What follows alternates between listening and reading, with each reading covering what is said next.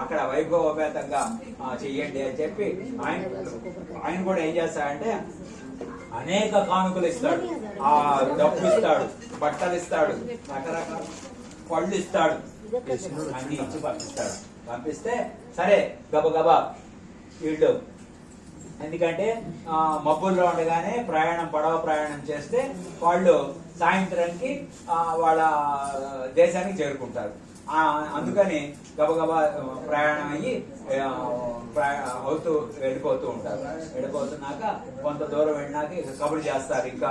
ఇంకా కొద్దిగా దూరంలో ఉన్నాం అనగానే అక్కడ ఒకళ్ళు ఎవరు తెలిసిన వాళ్ళు కల్పిస్తే వాళ్ళకి తెలియజేస్తారు, అబ్బాయి మేము ఊర్లోకి వస్తున్నాం అని చెప్పి నా భార్యకి కుమార్తెకి చెప్పండి అని చెప్పి తెలియజేస్తారు. తెలియజేస్తే అక్కడ వాళ్ళ పరిస్థితి ఎలా ఉందో తెలుసా? అందరూ శ్రద్ధగా వినండి. అక్కడ వాళ్ళ పరిస్థితి ఎలా